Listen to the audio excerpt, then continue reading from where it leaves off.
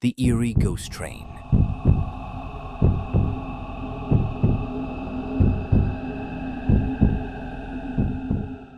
Part 1. The Midnight Tracks. Ethan had always loved exploring abandoned places, but when he heard about the old train tracks deep in the forest outside town, even he felt a twinge of unease. The tracks had been decommissioned decades ago, yet locals whispered about a spectral train that still rumbled through the trees at midnight, its ghostly whistle echoing through the valley. Determined to prove the legend was just a myth, Ethan convinced his friends, Mark, Lisa, and Darren, to join him on an overnight expedition.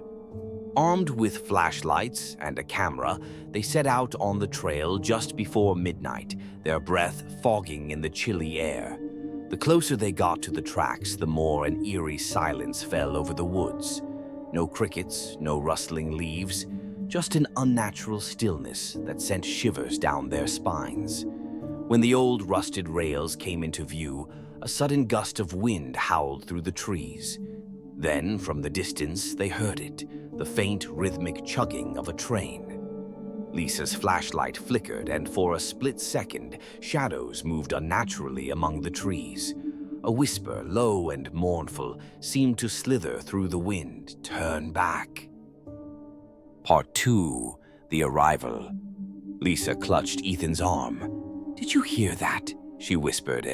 Mark scoffed, though his voice wavered. "It's probably just the wind."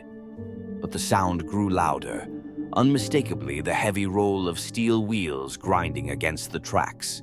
A spectral light pierced the darkness, cutting through the trees like a ghostly beacon. Darren fumbled for his camera, but his fingers trembled too much to hit record.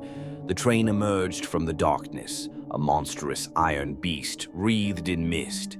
Its windows glowed with a sickly yellow light, revealing shadowy passengers with hollow eyes staring out into the night.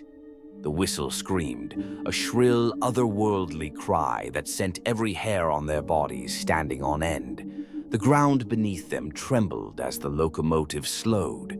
With a groaning hiss, it came to a stop, and the doors creaked open. A figure in a tattered conductor's uniform stepped out, his face gaunt and sunken. He lifted a skeletal hand and pointed directly at them. "Boarding time," he rasped, his voice layered with eerie echoes. Behind him, one of the shadowy passengers pressed its face against the window, its lips moving in silent desperation. Lisa's breath hitched. She could read the words it mouthed. "Don't get on." Part 3. The Passengers. Ethan's instincts screamed for him to run, but his legs felt rooted in place. The same terror gripped his friends as the conductor's empty eyes bore into them. Then, before they could react, a powerful force yanked them forward, pulling them onto the train.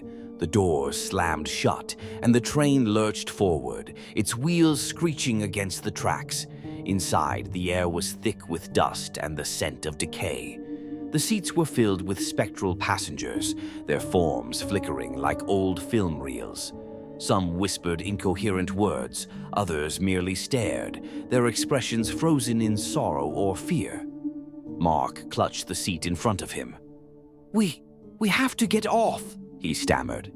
Lisa turned to the conductor. "Where is this train going?"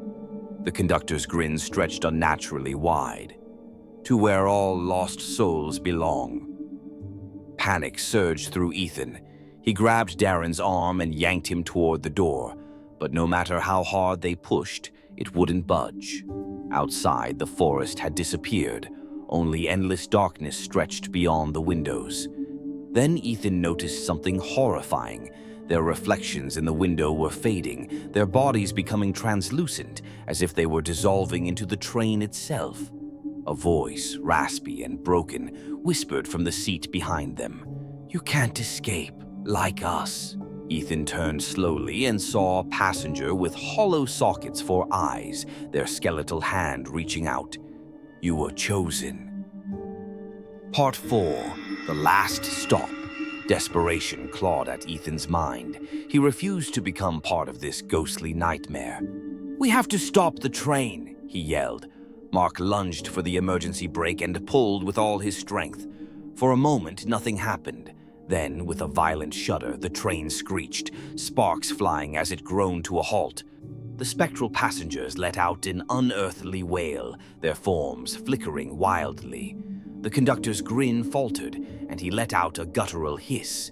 The doors burst open, revealing a swirling vortex of shadows beyond. "Jump!" Ethan shouted. One by one, they leaped into the abyss. The world spun around them, and for a heart-stopping moment, Ethan thought they were lost forever. But then they hit solid ground. They were back on the forest path, the abandoned tracks stretching before them. The train was gone. No sign of it, no sound, only the whisper of the wind. Lisa sobbed with relief, and Darren clutched his chest, gasping for breath. Mark stared at the tracks in shock. Ethan turned to his friends. "We were never supposed to leave that train," he murmured, "but we did." Then, in the distance, the whistle blew once more, and they knew the train would return, waiting for its next passengers. Lisa gasped. "Guys, look at our hands."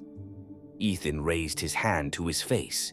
It was slightly transparent, and from the distant darkness the same raspy voice whispered, "Not yet."